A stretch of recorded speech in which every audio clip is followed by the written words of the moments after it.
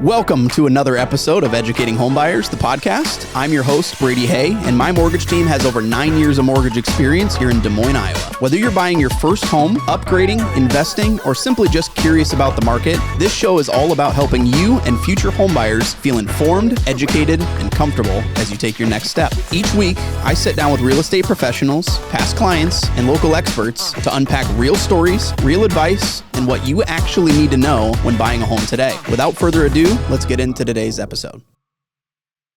Today, I'm joined with a guest who has deep roots here in Ankeny, Iowa, who has a strong understanding of what makes Central Iowa feel like home. With a background in marketing, sales, and customer service, this real estate agent helps with a well-rounded perspective that helps clients feel confident and supported throughout the home buying process. Although she's recently crossed in her first year in the business, she's already built her reputation on honesty, authenticity, and communication. And by leaning on the strength of her team, she's able to pair her own availability with decades of combined experience in order to give her clients both personal attention and expert guidance.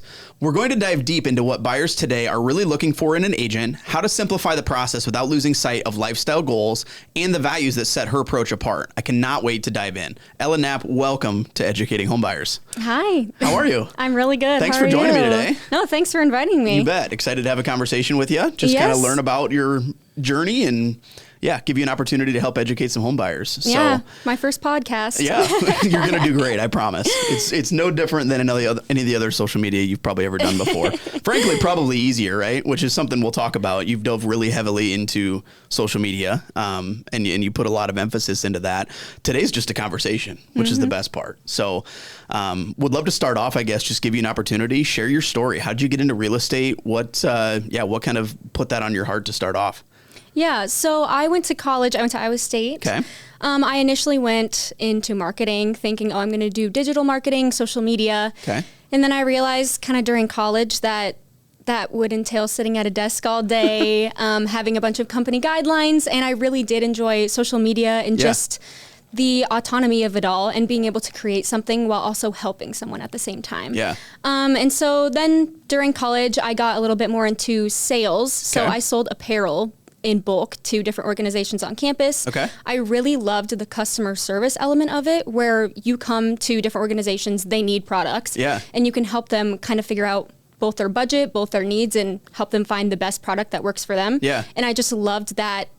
Although it was technically a sales role, I really was a service person. Yeah. And I realized during my time in college that I want to combine that sales, customer service, and also social media element, because those are the things that I love to do. And so during that time, real estate was pretty popular on social media, and it was going viral, and I was seeing that, and I thought, what a better way to combine all of those strengths of mine that I've learned throughout college.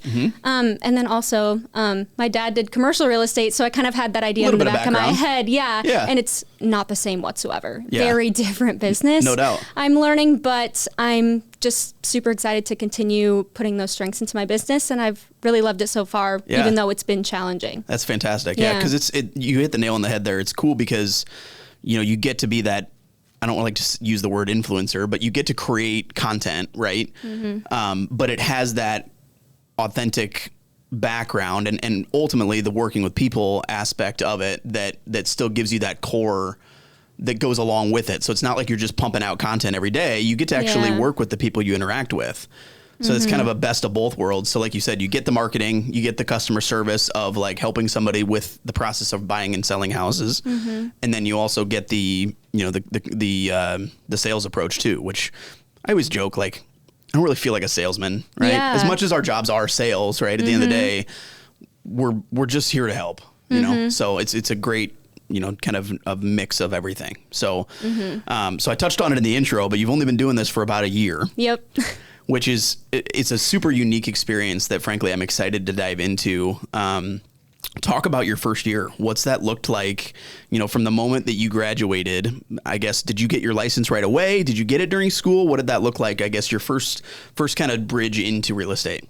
Yeah. So I decided to finish up school first, just so I could see what other opportunities might be out there. And I mean, while my friends were applying for jobs, I thought, wow, that sounds really awful. I just didn't want to do that. And real estate just felt kind of like a natural path for me.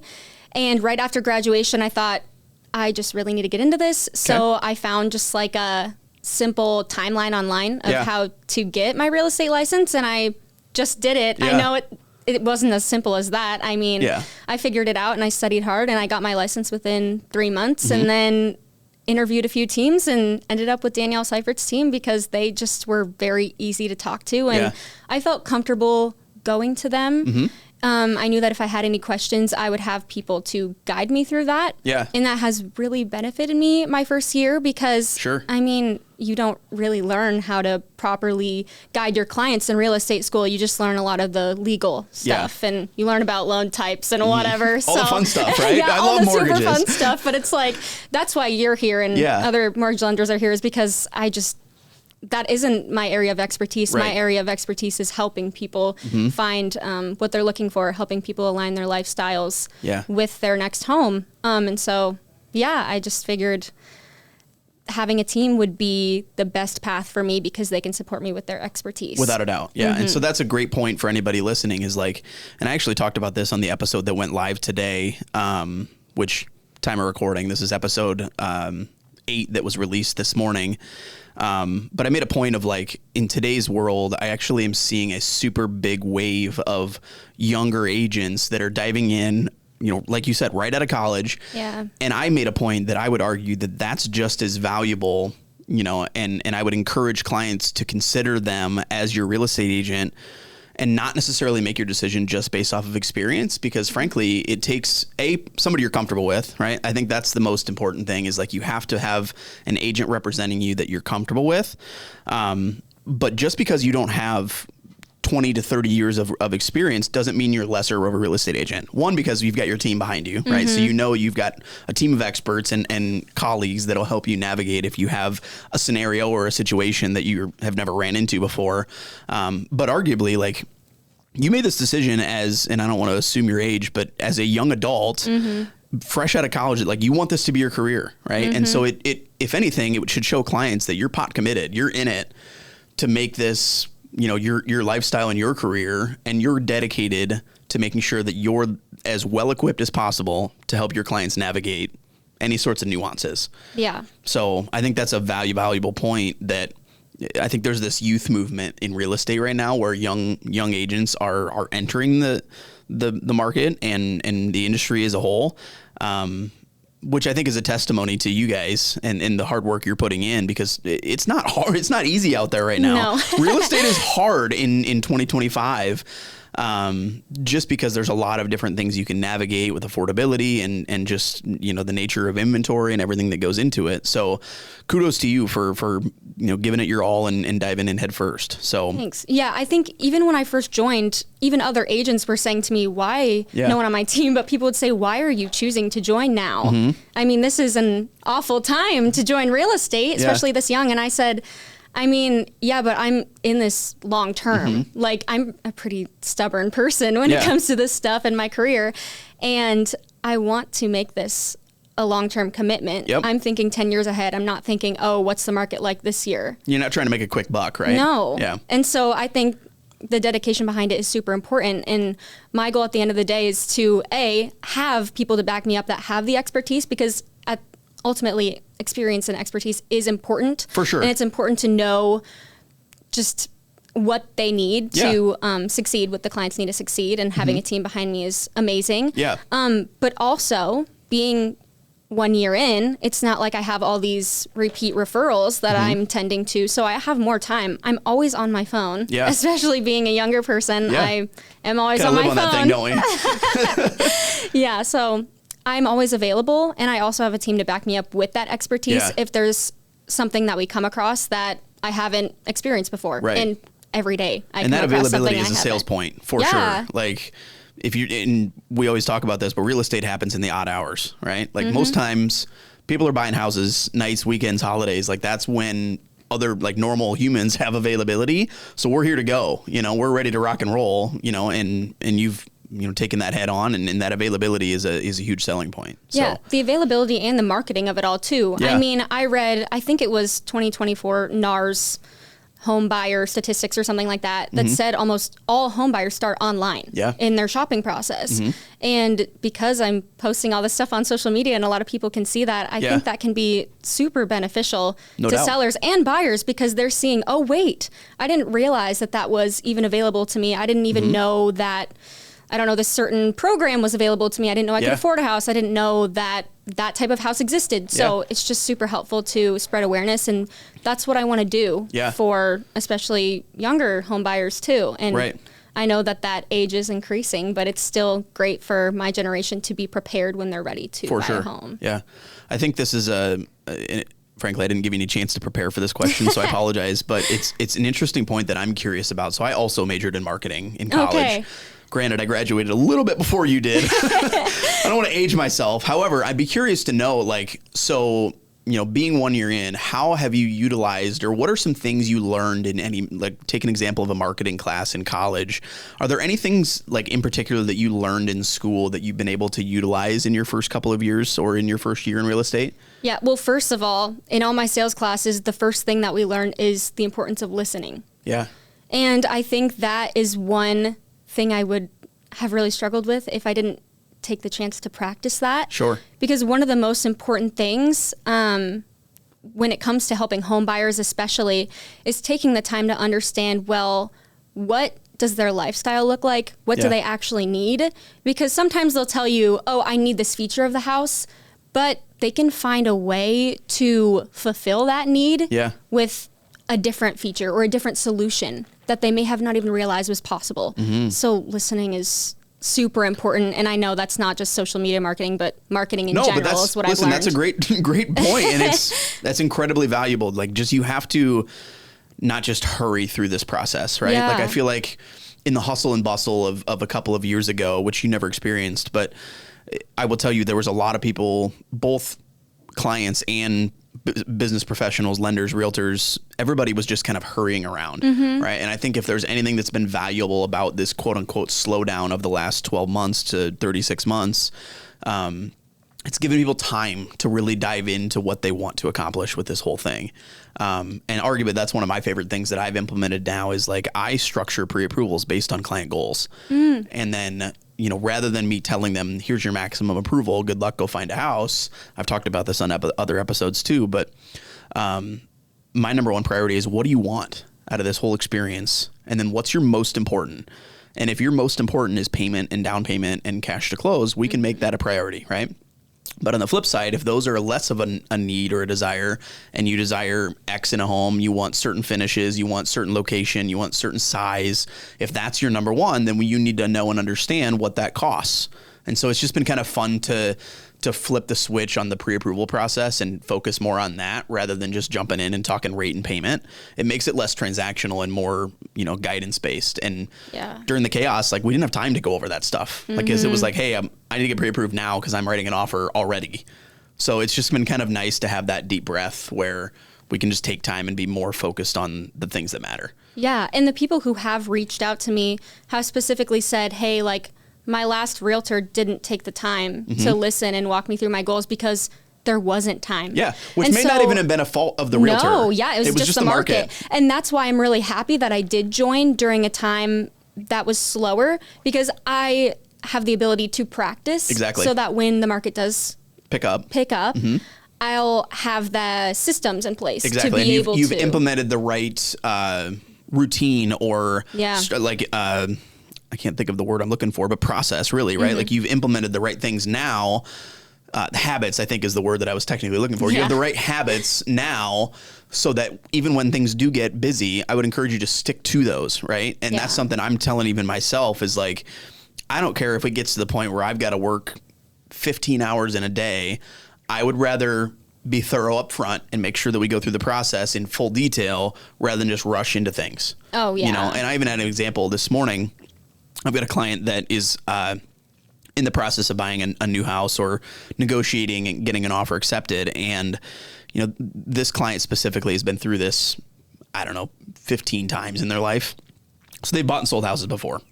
Well, not to get into financial details of his loan or anything, but my point is he didn't want to provide me a lot of the stuff up front. He's like, oh, we'll get that later. Once we get inspections figured out, like, can you just give me a pre-approval letter? And I said, okay, deep breath. I need to understand, and I need you to understand, more importantly, how I'm approving you. Yeah. Because in this specific situation, he wanted an approval letter without selling his current property, which, listen, there's ways to get this done. Like, he's going to get approved, no problem. But I took the time still to make sure he understands, like, if I'm going to give you an approval letter without selling your current property, I need you to understand we may have to pay off a couple of credit cards, or, we may have to get a separate appraisal done. Like, there's different things that I just want to make sure I was setting that basis before approving. Whereas before, in the chaos, I would have just sent that letter and said, yep, you're good, no problem. But it's important to go through that stuff up front and make sure I'm setting the right expectations, even if we still do wait for him to get me that stuff later. And I'm not going to let my clients dictate how the process goes, if that makes sense. Like, I want them to know, like, this is what it takes, and you need to understand that. Well, that shows that you care about their success. Yeah. Like, you want them to be happy in the long run. You don't want them to just be happy today. Exactly. When they're submitting the offer. You want them to be happy at the end of the process. Yeah, because if I didn't do those things, right, and tell them now, and let's say that offer does get accepted, if I throw it on him 2 weeks before closing and say, hey, I need X, Y, and Z credit card statements, they're going to be like, why are you asking for that? Right. It's because of this, right, and the way we're approving you. So I just want you to understand and know, like, this is how I'm getting to this point, if that makes sense. So just more thorough up front we can be for anybody listening. Like, I know it's a lot of effort, especially on the mortgage side. The amount of upfront work we put in is a lot, but it's for good reason. Yeah. So that's a valuable tip for everybody. So that's awesome. Yeah, I take a lot of time with my clients just scoping out what they're actually looking for. Yeah. I mean, I do a form, I do a call before we even tour any homes or anything, because ultimately I want to, figure out what are their interests. Like, I can't negotiate for them if I don't know the why behind everything, if I don't understand what their goals are. But also, I need to be able to educate them if there is something that they're not aware of. And I need to make sure that they understand the process fully, because I don't want to come down the road and then realize, oh, wait, I didn't prepare for this cost, or I didn't even know that this was happening, and now I have to do this, and I have a vacation, and I have this and that. And so it's just really important that people understand that. Yeah. And the thing that isn't so awesome about that is sometimes you lose clients because you have these certain values that you uphold, and which is really hard to accept. Yeah. As a young agent or a newer agent, like, you really want to execute on every opportunity you get. Yeah. But if there's any lesson I can give you is, like, be patient and stick to that. And if they choose that that's not something they want to pursue with, it probably wasn't the right fit for a client in the first place. Yeah. And I want to, like, my goal is to uphold my values and actually keep a consistent process for everyone, every single client that I'm working with, because it just feels icky. If I don't, it just doesn't feel right. And I know that I'm not actually supporting their best interests if we don't go through the process in that way. Yep. Even if they think it is. So you talked about that form you have people fill out up front. What sort of questions do you ask? Like, on the front end, when you first connect with a client, what are some things you want to know as a realtor? Yeah. So the form that I send them, I mean, it's the same form for buyers and sellers, but I kind of have them go through the entire process, because a lot of times they're buying and selling. And so I want to get the scope for, like, where they're looking, what their family is like, what their lifestyle is like, beds, baths, just kind of more of the logistical things. But then after I receive that form and I send that to anyone who has interest in working with me, then we do a call and I dive deep into it. I ask them more about those questions. Like, oh, like you mentioned, do you have pets? Well, do they need a fence? How big are your pets? Because, I mean, if they're getting a condo or townhome, that could be a big issue, and I run into that a lot. So I really like to dig deep into that and then be able to do my research ahead of time if I know that those are things that are going to come up. And then it just depends on the client too. Sometimes they're ready, and they say, oh, I'm going to list in a month. But then sometimes they say, hey, I don't really know. Like, I can fill out some of this and I can give you some of my information about whether or not I'm pre-approved, how many beds and baths I'm looking for, but honestly, I just want to know if I can even afford a home. And that's when it comes to teaming up with a lender that is able to collaborate, but then also talking through their lifestyle. And I know you mentioned this in the episode with Matt, but it's important to know, well, how long do you plan on settling down? Do you know what your life is going to look like in a few years? Do you feel like you're in a stable place to be able to maintain a home?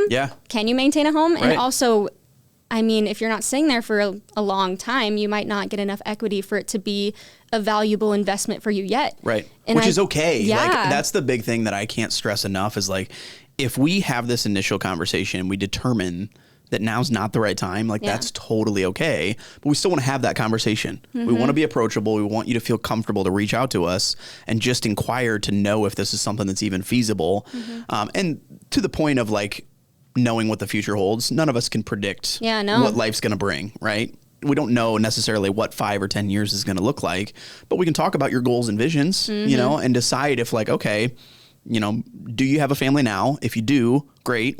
What's their plans look like? If you don't have a family, but that's something in the works, like there's just a lot of nuances to talk about. Yeah, and it's more than just buying and selling houses. It is like we are literally helping you build your dreams and your family, right? Yeah. And that's my passion. Like as much as obviously I sell mortgages for a living, I don't like dream at night about FHA and conventional loans. I don't.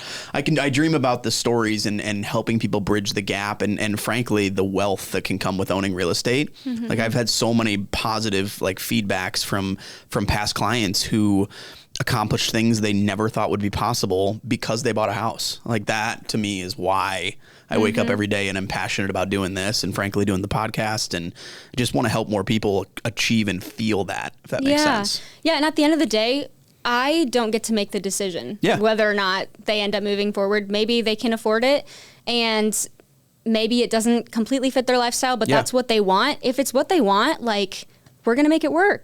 I'm just here to guide them and say, hey, like here are the potential outcomes if you go in these different directions.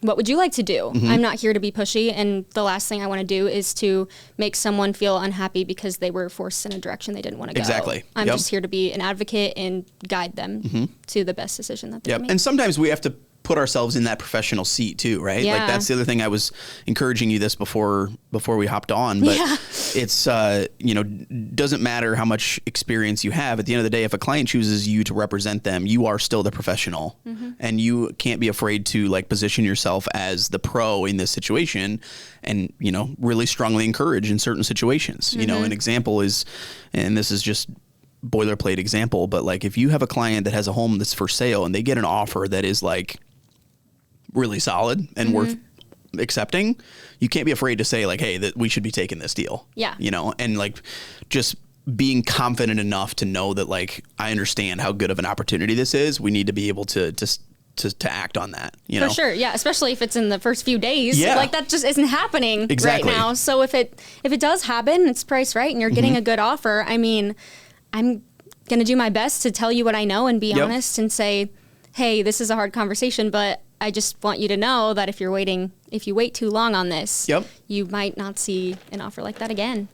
And on the flip side, like if they choose after you say that to still continue to wait or whatever, this is just this specific example, but if they choose that, that's then their informed choice. Yeah. Right. And I can't force them. Exactly. At the end of the day, I can't force anyone to make any decision. It is my client's decision. All you can do is, all you can do is like have the proper, you know, resources to show like, hey, this is how I came up with this number. This is the offer that's on the table. We're pretty close on this.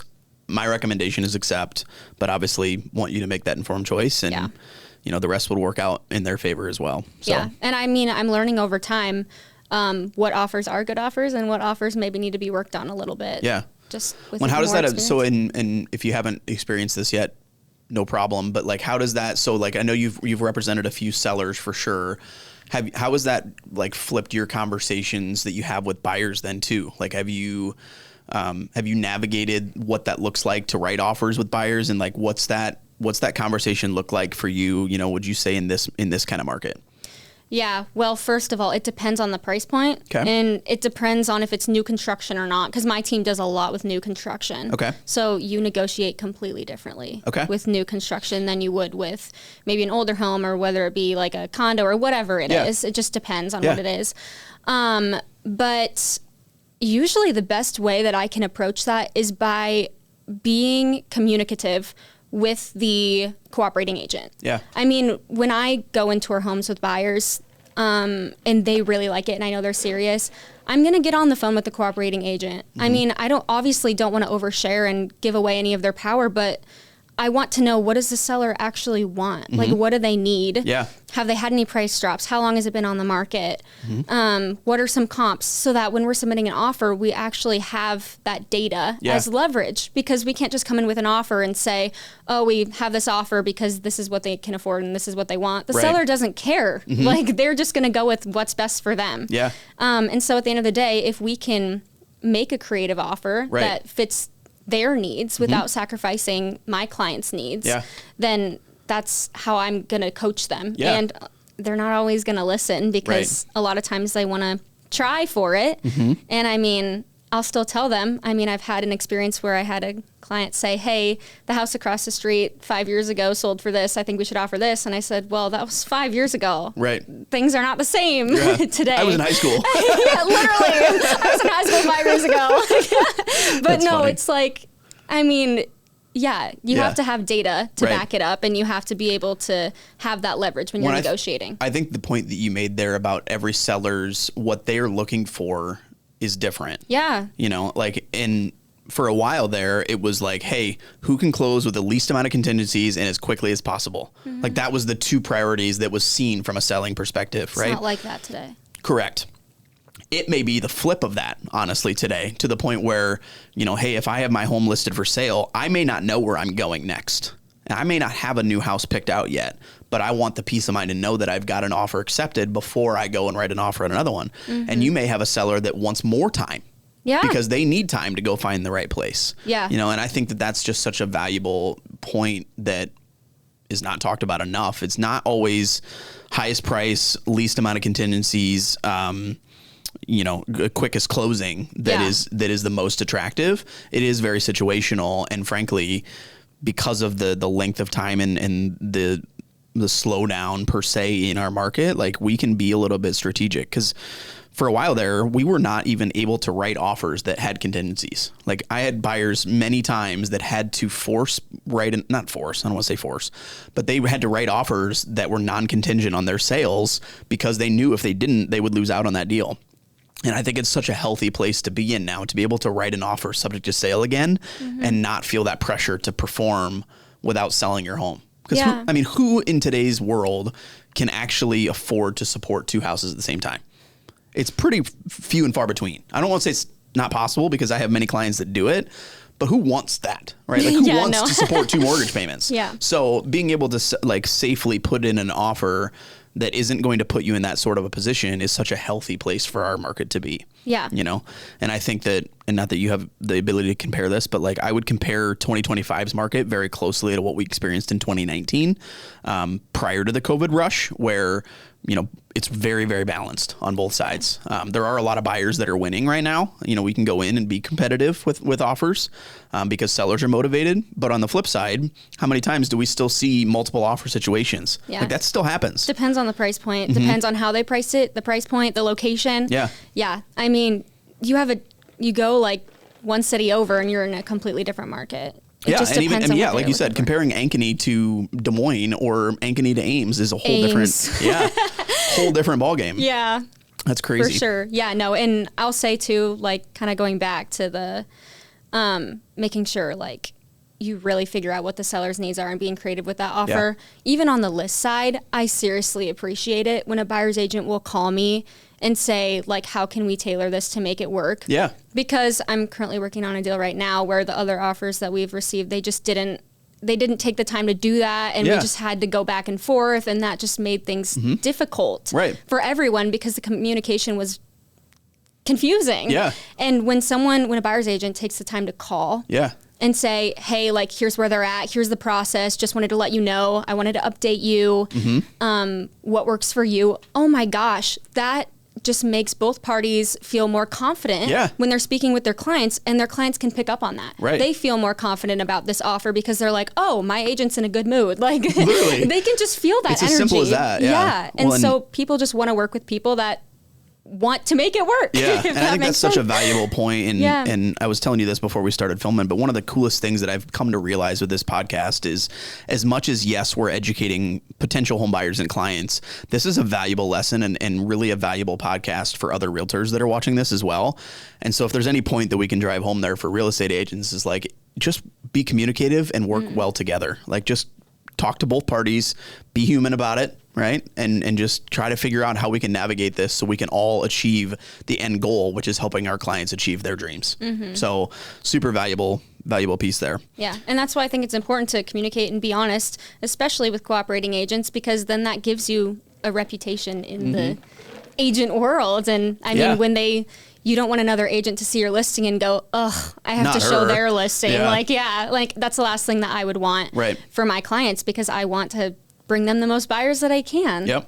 And that's just a selling point to your clients too, right? Like you're spending every single day, whether it's on social media or the conversations you're having, building a positive reputation in this market. And I'll tell you firsthand that, like, even though you're only a year in, you've already done that. And that goes beyond just like posting on social media. I can tell you confidently that you're received really well. And that is, or if it's not, it should be the goal of everybody in this industry, right? Like we need to be building a positive reputation so that when our clients choose to represent us, that we're able to be received well by the others we work with too. Yeah. Because as you know, real estate doesn't happen with just two people involved. Yeah. There's a lot of moving parts. There's a lot of different hands and minds that are involved in making a transaction go smoothly. So having good conversations with all of those people, you never know who's listening. Yeah. And you never know what one conversation, how that can impact somebody's opinion of you or your opportunity to represent a client in the future. So kudos to you for that. And continue to pour into that. So thanks. Yeah. And I think there's a big difference between being nice and sacrificing your client's needs and interests. For sure. You can be respectful towards another agent and communicate well and be honest without. Well, it doesn't mean be a pushover either, right? Yeah. Like you still represent your clients well. Yeah. You don't just give way to other agents because they have more experience or anything like that. You still have to have a backbone and represent your clients to the best of what they deserve. But there's a way to do that in an authentic manner that is still kind, right? So that's a good valuable point. Would love to have you share, we talked very, very briefly about social media, but I know how big of an emphasis you've put on that in your first 12 months.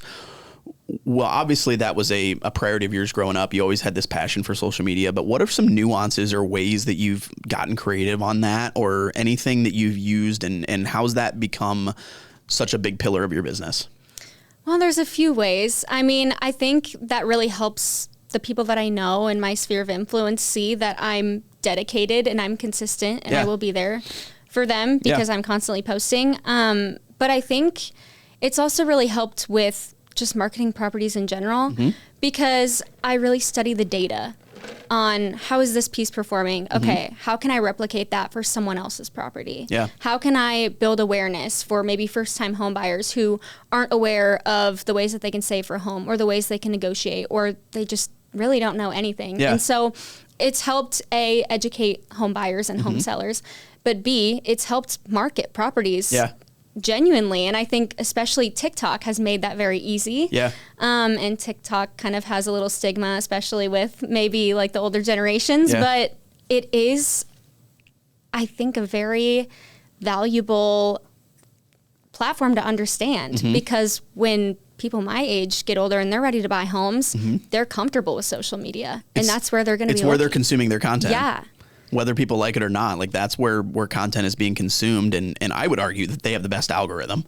I find that anyway. It's like from a viewership standpoint, I find it easier for me to get more likes, comments, views on TikTok than it is on anything else. It seems like other platforms tend to, and maybe it's just case by case, I guess, but it seems like the algorithms tend to bury it a little bit more, or there's certain things that are more important on other platforms. You know, I would say like Instagram and Facebook is more current friends, current followers based, whereas like TikTok has an algorithm that is really, location based, and it's gonna blast it to people who would value seeing it that maybe don't follow you currently. Oh yeah, I mean, if you utilize the right tools, you can get all of your content in front of local consumers. Right. And that's why it's really, I think, important when it comes to marketing a home, but also just educating, because I want people in my area to know what it's like to buy and sell a home now, and I also want them to see what's available. So yeah. For sure. How do you handle, like from a content standpoint, how do you handle knowing how often to post, when to post. Do you have a content calendar? What does that look like? Do you just kind of fly by whatever you have content ready to post? What does that look like? I started off with a content calendar, and I really had to because at the beginning I didn't have any experiences that I could make content off of.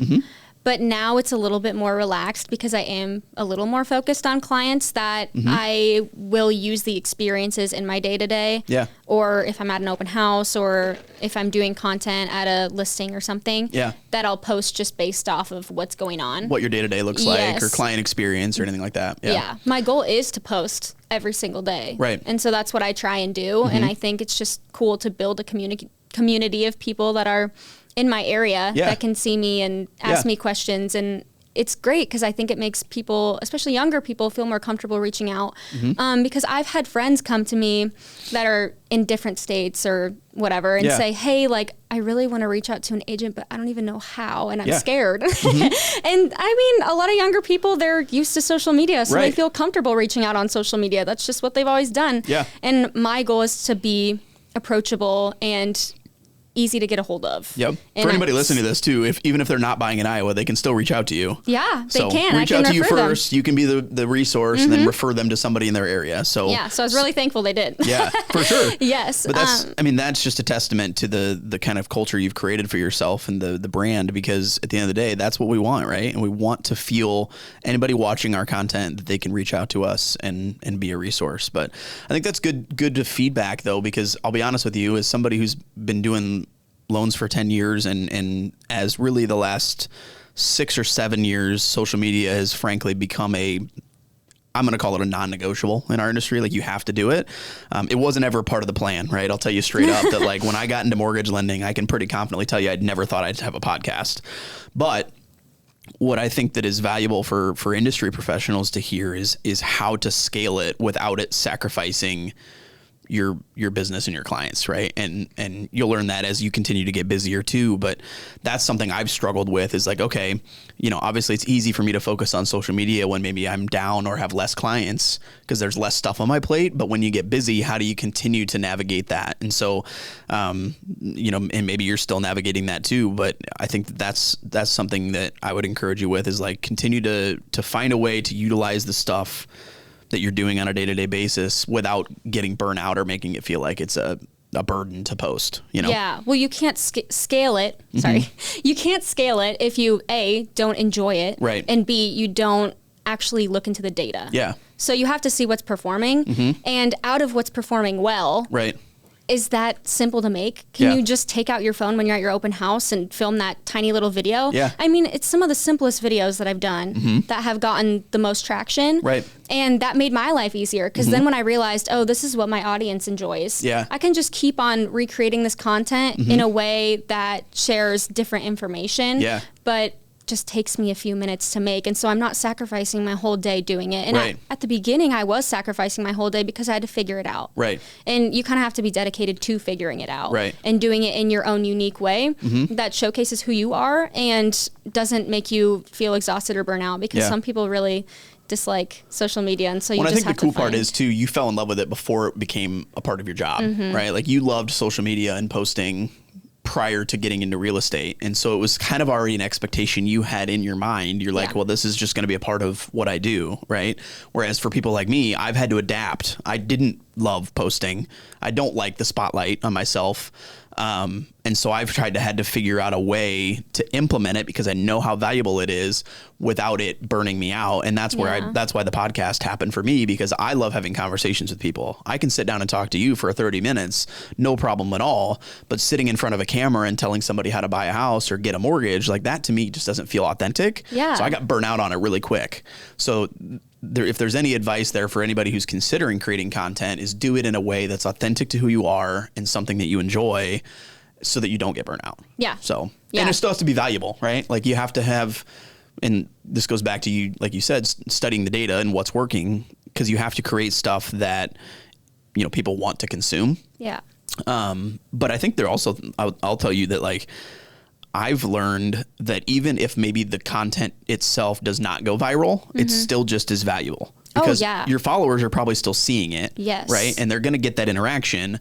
And I'm starting to see it firsthand. I'm 8-9 episodes into the podcast getting released, and I'm starting to see feedback from people and, clients reaching out that I hadn't talked to in a while that are thinking about buying again. So it goes to show that like it is something that works as long as you're true to your authentic self when you do it. Yeah. So, and I didn't even really actually see social media benefiting my business until maybe a year in.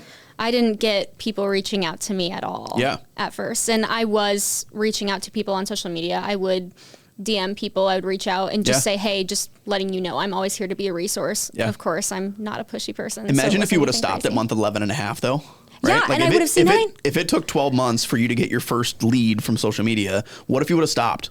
Yeah, I wouldn't have ever known. And that's the thing. It's not the people that came when you went viral that are reaching out to you. It's the people that have been watching for months because they see the consistency. Right. They see what you're doing. They learn to trust you because you keep showing up. And I think that's really what people value. They want to feel like, A, they know who you are before reaching out. They feel like they've already had a conversation with you because you've been on social media. But then B, they know that you will be there for them. They can see that in your consistency. Yeah, and I think the dedication you put into your content is a direct correlation to the dedication you'll put into your clients. Oh, yeah. So that's super valuable. So one thing I'd love to have you share, we talked about this before filming. Talk about, you have a listing right now that, and this is a valuable tip for everybody watching. You have a listing right now that you're representing an investor. Is that correct? Yeah. And I don't want to like tell your story for you. But I think a valuable point to drive home or touch on is the process that you're navigating right now with a flip property. Do you have any insight, or can you tell everybody about kind of this investor you're representing or what you've been facing? Yeah, I don't want to share too much, but I think it's important for people to know that if you purchase a property and you list it within 90 days of owning it, if someone submits an FHA offer, it can't go through until after 90 days. Yeah. It's a valuable point that a lot of people don't touch on. And frankly, I've learned over the years as a lender, when I give pre-approvals, anytime I see a property that looks like it could have been a flip, context for everybody listening is there's an FHA rule. If the client buying the flip property is utilizing an FHA loan, that property from a protection of value standpoint is required to be owned by the current owner for 90 days before we write our offer on it. And then if that offer is written with from 90 to 180 days, a lot of times we will require 2 appraisals to be done to confirm that property is worth the new value it's selling for. And the reason why that's in play, or it's in effect, is frankly because if a client buys a home for $30,000, puts $10,000 into it and wants to sell it for $200,000, we want to make sure that it's actually worth that, right? Mm-hmm. So it's a protection thing of the buyer's standpoint, that they're not getting negatively impacted as far as the flip goes. And what I'll tell you in my experience is a lot of times when this situation comes up or happens, the value ends up being justified, right? The reason why it's listed where it is, and this is something you did probably for your investor you're representing, is fair market analysis. Mm-hmm. So based on current conditions, you already did the due diligence to figure out what this property's worth in its current condition. Yeah. So usually the value comes into play, but that's why it's something that is navigating. But it's an important point for people to know that, if A, you're a realtor representing an investor, or if you're a client that's buying a flip property, or really if you're the investor that's doing it, be prepared from a timing standpoint that if you plan to accept FHA offers, there may be a longer time period before you can proceed. Yeah. Yeah. And it's important to know too, especially if you're a seller, because a large amount of that buyer pool was FHA buyers. Yeah. And so, you really have to be prepared for that and just be aware when you're getting ready to do that. For sure. I love it. I do have an ending point, I think. Yeah. Yeah. So I'll just kind of leave, just give you the floor, any final kind of tips or tricks that you want to share? I'd love to have you touch on it. Yeah.